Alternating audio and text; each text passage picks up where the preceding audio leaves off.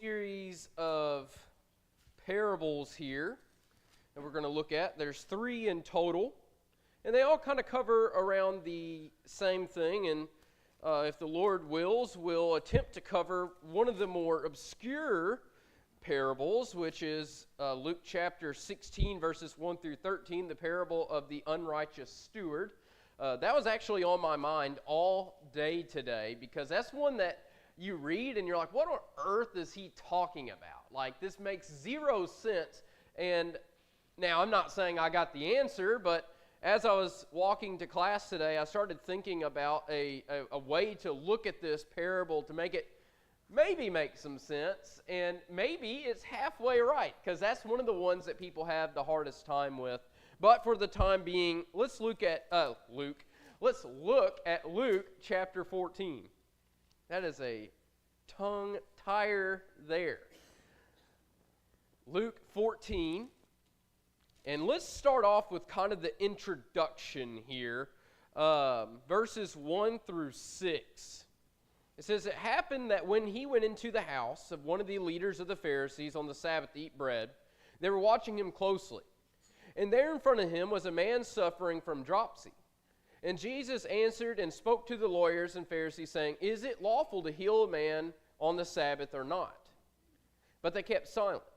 And he took hold of him and healed him and sent him away. And he said to them, 'Which one of you will have a son or an ox fall into a well, and will not immediately pull him out on the Sabbath day?' And they could make no reply of this." They had a very high view of themselves. These Pharisees thought themselves to be, I don't want to say above the law, but they kind of did in some regard. They were so legalistic in the way that they viewed things that they didn't even allow for God's grace. God's grace is above that. Now, hear me out when I say this, because I'm going to explain it. God's grace is better than that of the letter of the law. God expects obedience. He does. I mean, there's no way around this, but there's certain exceptions in the law. You know, we see one of the best examples that Jesus makes is that of David and the showbread. It was forbidden for anybody besides the priest to eat the showbread, but yet God allowed David and his men to consume this, and they went unscathed. But basically what Jesus is getting at is, are you so high and holy that even if you had a son or an ox fall in, if there was an emergency, are you that high and holy that you wouldn't do something on the Sabbath day? It's kind of a challenge to their status, their obedience, if you will. Yeah, they thought that they were obedient to God, but true obedience to God allows for mercy and grace and various works. But he has to teach these lessons. These 3 lessons that are going to come up, each of them have to deal with status and discipleship. And I really enjoy these parables here. So let's take a look at the first one, and we'll kind of observe what's going on. Somebody, if you don't mind, read verses 7 through 11. We're going to split this up a little bit. Luke 14, 7 through 11.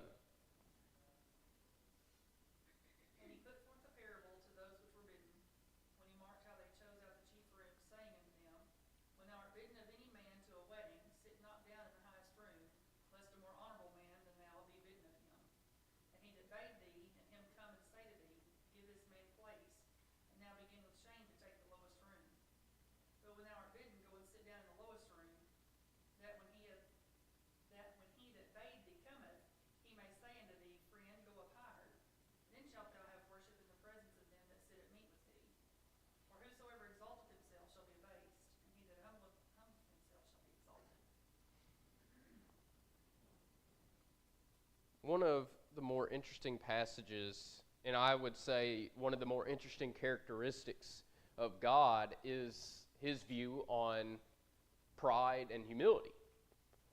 The book of Hebrews kind of elaborates on this just a little bit. So we go into Hebrews. Let's see here.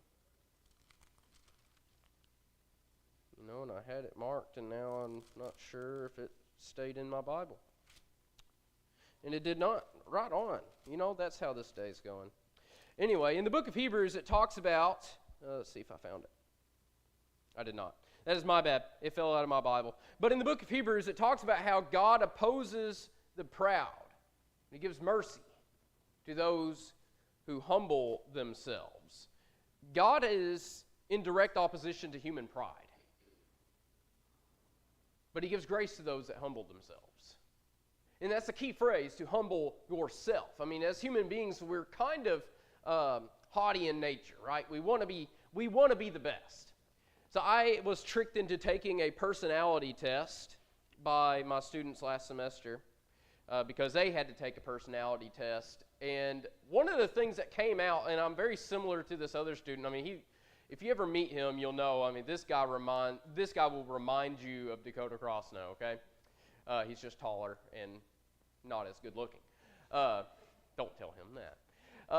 But one of the things that he and I are similar in is that of what is called personality type 3. Personality type 3 is basically the achiever. Like, you've got to achieve things. And that's always been something of mine that I have always been really nitpicky on, is achievements. Now, I've always been very proud of what I have done. But if I allowed myself to be prideful in those things, if I started to think to myself that I am better than somebody because of those things, and don't get me wrong, I have before, and it's a very strong battle, and I feel like that with anything. Doesn't matter what it is. You might be good at something, and you might have that as your pride. But if you start thinking you're better than somebody because of what you have achieved, you find yourself in opposition to God. It's not that you're just a prideful individual. It's not that you're arrogant. It's that you are an enemy in this form of your life, an enemy of God. And what he's getting across to the Pharisees here is, you think yourself so highly that when you walk into a feast, you sit at the best seat, at the best table. And the master that is being illustrated here obviously would be God. Basically, he says, no, you don't belong there, you belong over there. I would rather humble myself. I would rather put myself in with the worst of the worst seat than to sit at the best seat, at the best table, for somebody to come up and say, that's not your spot. Rather, what Jesus commissions us as believers to do is be humble. Sit in the worst of the worst seat and allow the master himself to come up to you and say, here, move from there to here. And that is the idea of the first being last and the last being first. It's humility. Verse 12 continues, and he also went on to say to the one who had invited him, when you give a luncheon or a dinner, do not invite your friends or your neighbors or your relatives or your rich neighbors. Otherwise, they may also invite you in return. That will be your repayment. But when you give a reception, invite the poor, the crippled, the lame, the blind, and you will be blessed, since they do not have the means to repay you, for you will be repaid at the resurrection of the righteous. It's the idea of being a servant, not being one who is served. It's the idea of being mirroring the example of Jesus Christ. I mean, Jesus came into the world and he could have easily have been served. I mean, he could have easily have taken the throne of Rome. He could have easily sat on the throne and declared himself to be king, and he would have been served in every regard, and he would have deserved it. But instead what Jesus did was he put on servant's clothes. He did something for people who could never repay him. I mean, we think about our salvation. We can never repay God for that. I mean, we think about that as the feast, as the reception dinner. I mean, he invited us, the poor, the sick, the crippled, the lame, the blind, the deaf, the socially unaccepted. Even when we receive that, there's never a day that we're going to repay God for it. I know we are created for good works, Ephesians 2:10. But those good works don't earn our salvation. Those good works are only done because we love our Master, nothing more and nothing less. It's about being humble. It's about allowing yourself to be submissive to those around you and submissive to God, to be a servant of servants as He was also. There's another parable within this chapter, but before we get into that, does anybody have anything they want to say? Because I'll just keep talking. It was James 4:6. James 4:6? Okay. It was around Hebrews. Well, it could be also Hebrews, but I found it in Yeah, you're probably right. Sometimes I can be wrong. It's rare, but I can be. But I appreciate that. Thank you. I'm glad that you found that, because that would have bugged me all night. The parable of the dinner. So this one's interesting to me because we start kind of moving into the idea of discipleship as we continue through these. He's slowly kind of integrating what it means to be a disciple, what it means to humble yourself, what it means to put God first.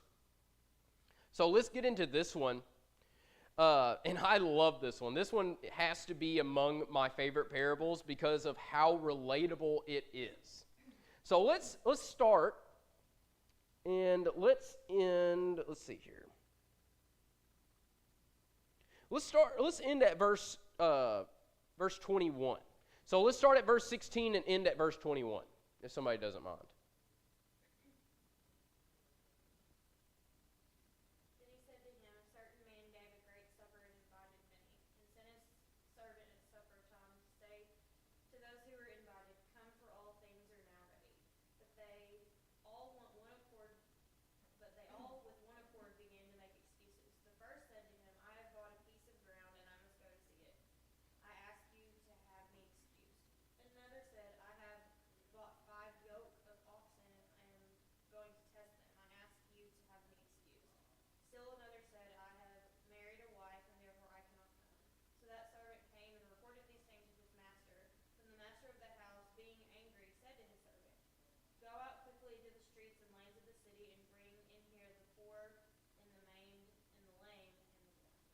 Thank you.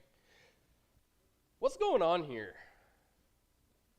Master throws a big feast. Probably one of the best men in the city, probably one of the most wealthy men of the city. He invites many people, many of his friends, to a feast, and what happens? They made excuses. Everybody's too busy. It might have been here, but I've heard somebody preaching on this, and a lot of this is just boneheaded. The only one that can really be considered is the man that just got married. Like, okay, I kind of get that, but man, when I was on a honeymoon, I would be okay with a free meal, honestly. I mean, am I going to turn down somebody paying for my dinner? No, absolutely not. Honeymoons are expensive. The other ones, well, I just bought a piece of land, I need to go out and look at it. I don't have nice words for this guy. I don't know too many intellectual people that have purchased land and have never looked at it. Okay, hang on. I know one.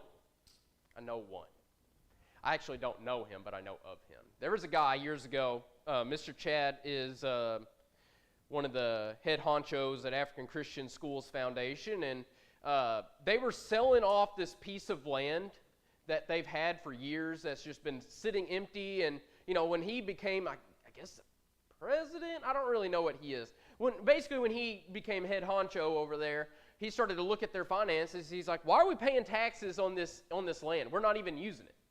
He's like, let's just put it up for sale. So he does. And, he's gone out there and looked at it, and basically it's just trees. There's no way really to get to this land unless you go onto somebody else's property.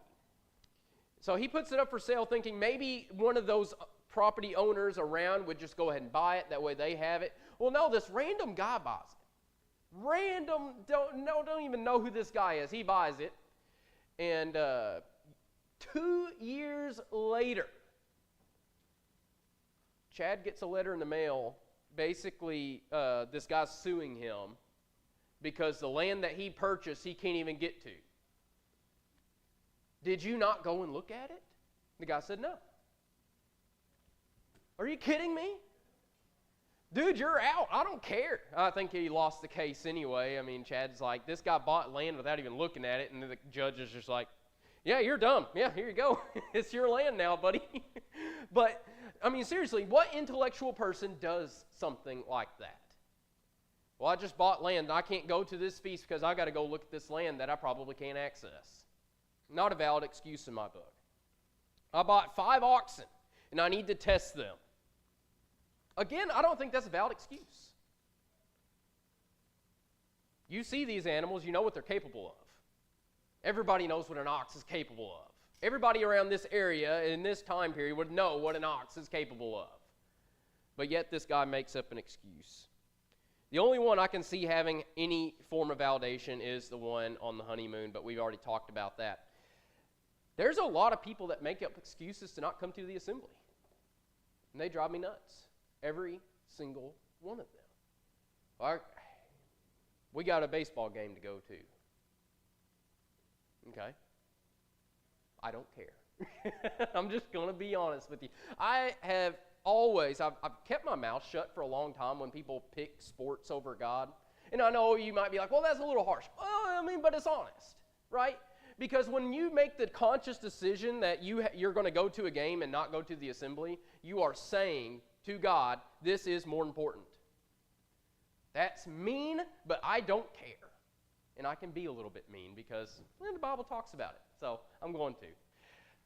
They're not valid excuses. You know, there are valid excuses as to why you can't come to the assembly. Hey, you're sick. I don't want you here. Don't get me sick. I hate being sick. You're about to have a baby? Go have your baby. Don't come here with it. I mean, there's excuses as to why you can't make it, but those are valid excuses. I'm talking about the ridiculous excuses where you're trying to make something up or you're trying to place priority over something above God. And that's exactly what this is getting at, is that these people cared more about things than their friend. They cared more about their modern day terms, right? They cared more about their sports, their games, their movies, their fun than God. That's mean, but it's true. God's never really put up with excuses. No, Moses had excuses. he did. What did he say? I'm not a good speaker. Mm-hmm. Well, your brother is. Yeah. And So, from there to the parables that we talked about, even the parable of the talent, mm-hmm. the excuse was fear.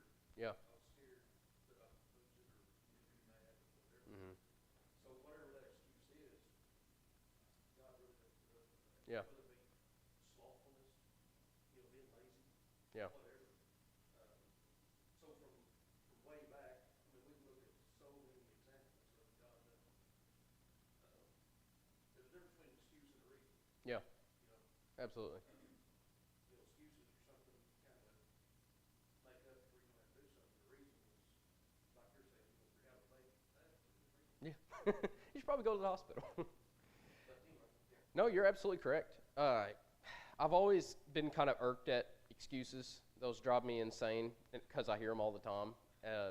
Whenever I did more preaching about 3 or 4 years ago, I heard every excuse in the book as to why this one kid, teenager / adult, I don't know, 18, I don't know if I consider that an adult.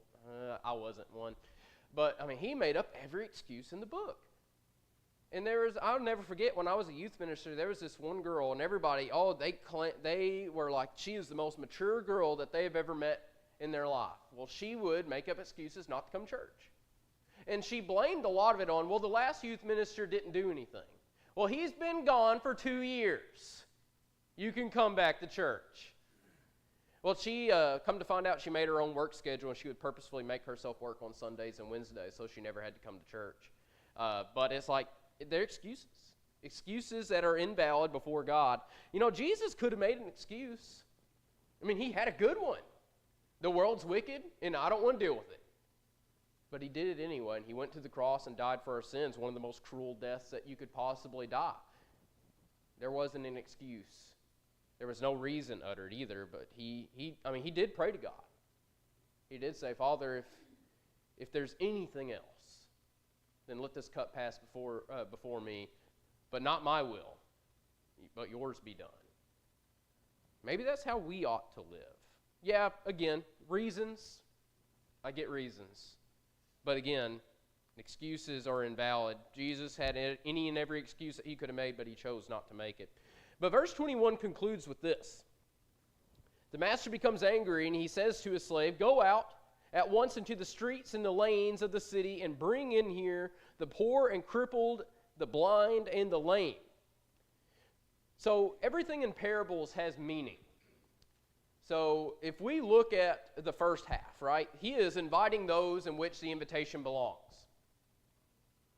Which, if we look at this from the perspective that we're supposed to, that's the Israelites, that's the Jewish people. But then he says, because they turned down the invitation, they turned down the salvation, he turns it to who? The Gentiles. The unclean, the lame, in more ways than one, the blind and the sick, the sin sick. Verse 22, and the slave said, "Master, what you have commanded has been done, and there is still room." And the master said to the slave, "Go out into the highways and along the hedges and compel them to come so that my house may be filled. For I tell you, none of those men who were invited shall taste of my dinner." That's kind of a scary thing to think of, that if we reject the invitation, what we are truly committing ourselves to. I mean, there's only one way to salvation, and that is through the name of Jesus Christ.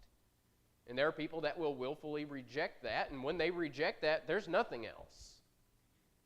They will never, unless they accept the invitation, which, thanks be to God, is continual as the days are. But there's going to be a day in which the days are no longer, and that invitation will wear itself out. And those who rejected the invitation time and time again, day in and day out, will never taste of the goodness of God. But as we get through with that parable, after we parted the humility, after we parted through the excuses, now we get into discipleship. You know, what if we decide that we want to accept the invitation? What if we decide to lay ourselves aside and take on this salvation? Verse 25.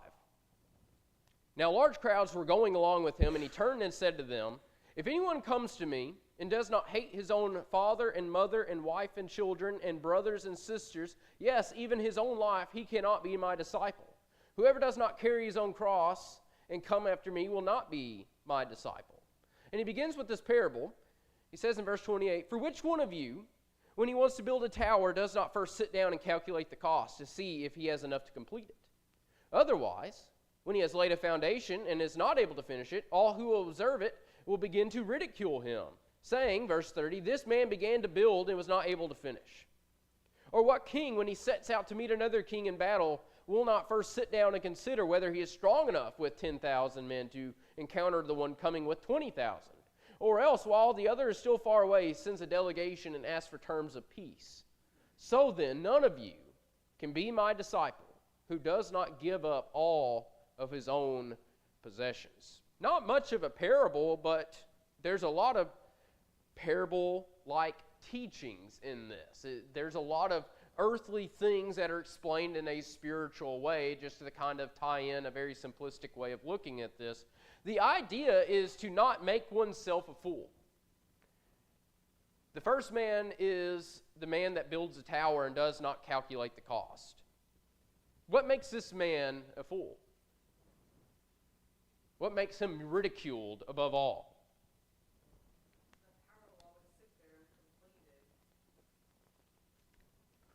It's always there. He spent his money, the tower's not finished, so he has no money and he has no place to live or no power or whatever. That is a constant reminder of the failure, right? Of the failure to complete. You know, I've always looked at, I'm not a believer in different levels of hell. That whole idea comes from Dante's Inferno. But I know the Bible talks about how it will be worse for one to have tasted or to have known God. How do I want to put it? It'll be worse for one who has tasted and known God and fallen away than it would be for one who has never known God. You know, why is that? If there's no degrees of hell, if there is just one level of hell, if it's just hell, right? Why is it worse for the one who has at one point known God and then fallen away? Ooh, yes, that's it. Eternity is a long time to think about what you had and gave up. And I'm not a believer that salvation is this finicky thing that you lose. You're driving down the road and you're about to get in a car accident and you yell a cuss word and you die. I'm not a believer that you're going to go to hell for that. I just don't. I think that God's grace is better than that. But I am saying that if you willfully surrender your salvation and you die, you're going to know what you had. I don't believe that there's going to be a single atheist in hell. Because the Bible says that on that last day, every tongue is going to confess. I mean, you're standing before God, you can't really deny him then.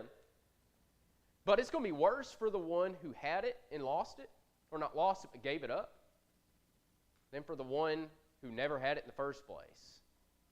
I mean, yeah, it's going to be bad for them, but not only are you experiencing that agony on the outside, you're experiencing it up here too. Because you know what you had. It is a constant reminder of the failure in which you put upon yourself. It's the same with the king, right? The king with 10,000 men who goes to war with 20,000 and he has to give a letter of surrender. I mean, you know, what's that old saying? The history is written by the victor. I mean, you know that he's going to be slandered forever. It's a constant reminder of failure. A constant reminder of something you could have had, or in this case, could have avoided if you would have first considered the cost. Are you counting the cost of your faith? Are you truly putting all else aside so that you can have this salvation? Are you counting the cost of discipleship? Are you ready to surrender all things? What does the Bible say? Verse 33. So then, none of you can be my disciple who does not give up all his own possessions. Are you willing? I know we're very blessed in this country. We're very blessed in here. You know, I know that we are very well taken care of, but it's easy to be faithful when everything's going right. I can definitely attest to that. I'm a lot more faithful and a lot more joyous in my faith when everything's going smooth. But as I tell people, God gives me constant reminders because everything I do is uphill. Everything. Doesn't matter what it is. I'm telling you. I mean, just for an example, I can't even make an order to Amazon without first having to fight my post office because they deliver it to the wrong house. Every time. Everything's uphill. Everything. And that's okay. Because I know one day God's going to tell me, I had to keep you humble somehow. But in all seriousness, can we still be faithful if, Lord forbid, we lose everything? Because this life, everything in it is temporary. Everything in it is finicky, very finicky. Everything can come and go as it pleases. Will we still be faithful if we lose our health, our wealth, and anything else? Will we have that faith? Have we considered the cost of our discipleship? All of these are challenging questions. Because if we do not consider that cost, and we do lose everything, Lord forbid, and we fall away, that constant reminder of failure is always going to be there. That is a terrifying thing, but it is also a beautiful thing to think about nonetheless. Anybody have any comments? I don't think we'll have time to really get into what time is class over? 35? Wow. Look at me.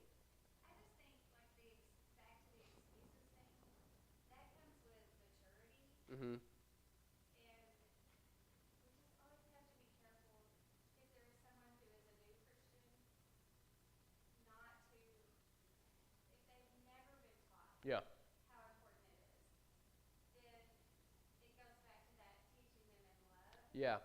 So it's not like something that their kids have been involved in this stuff their whole lives, and then they've started, attending worship or whatever, and you can't, beat people down Mhm. about, not that, I mean, we need to be here. Yeah, no, I get what you're saying. But you know what I mean? Like, it's like that balance that we have to find in every part Mhm. of our walk. Yeah. Because the balance between discouraging somebody else when you're really trying to encourage them, Yeah. Well, a few weeks ago, when we were talking about John 21 and being met in the middle, you know, I've made mention before, if I baptize somebody who's an alcoholic, they're probably going to relapse. I almost expect it. And I hate to say that because, you know, I'm casting doubt on them. But, you know, when your faith is just beginning, yeah, you're gonna blow it. The reason that this parable is as intense as it is, and the explanation is because the people that were invited knew this guy. Yeah, and I get what you're saying. I absolutely agree. Yeah, if somebody's a new Christian and they miss, you probably need to sit them down and explain it. And I usually try to long before I baptize them, like, hey, you know, this is an important thing, but there's grace where grace needs to be. These people knew. You know, that's the scary part. if they are new converts, but they see people who they consider to be stronger Mm-hmm. not coming because, their toe hurts or Yeah, whatever. I mean, that's a good one. like, then that also just negates any kind of lesson that we're trying to teach them about towards And Scripture. So it's like we are constantly having to make sure we are loving and compassionate mm-hmm. as well as setting a good example. It's a constant thing. Yeah, Not just with our own kids, but with my own kids. Like yeah, that's something, the girls play ball. yeah, And we were sometimes out of town on Sundays, but there were times where we had worship service in our hotel room. yeah. And that's completely different than Because I wanted the girls to know this always is the most absolutely. important thing. We might not be able to be at Lawson Road today, but we are going to worship God. Yeah. This is His day, and then we're going to. And I mean, of course, we missed it if we could, but Yeah. most of us didn't really. No, I get that. I get that 100%. Who was it? I'm trying to think because I actually had a conversation about that today about somebody that wasn't able to make it to a service, but he and his family met somewhere privately and worshiped God and had a devotional and took the Lord's Supper. That's different because you're not. Some people might say, well, that's forsaking the assembly. I think if there's an inability, yeah, there's levels of grace there, but I think that you need to observe, if that makes sense. Yeah, and that's what you're getting at. The first day of the week is important. Yeah. We are supposed to make sure that we are setting that example for our kids. Yeah, I agree. That's just something that the girls knew. We were going to have. Hmm. There was If we couldn't visit somewhere, we were going to have worship. Yeah, there was a family that I knew many years ago. And they had two kids. They were both involved in sports, and there was a time where they had a game that Sunday. It wasn't in the morning, but it was in the evening, and of course they were there Sunday morning, and they had that game, and the kids were they were about to go to the game, and the kids were like, well, can we miss Sunday night church? And they're like, well, if you want to miss church, that's fine, but you're going to miss your game too. And they were like, oh, okay. But they put that priority there, like you're wanting to miss church because you played that game, but if you want to miss church, you're going to miss that game. So yeah, I would rather that. I know some people get upset at that kind of stuff. Thankfully, not here. I would rather see skint knees and dirty T-shirts than to see empty seats. But that's priority. That's just having your priorities straight. And that's kind of the idea, is that the people didn't have their priorities, so God passed over them and gave it to somebody else. And, that's the ultimate lesson that we can get from this is if we won't do it, God will find somebody else to do it. And we'll just be kind of out of luck on that end. Absolutely. Absolutely. I agree 100%. I will let Jordan steal my thunder. I know I have probably like 45 seconds left, but what else am I going to do? Read the beginning of Luke 16 and not explain it?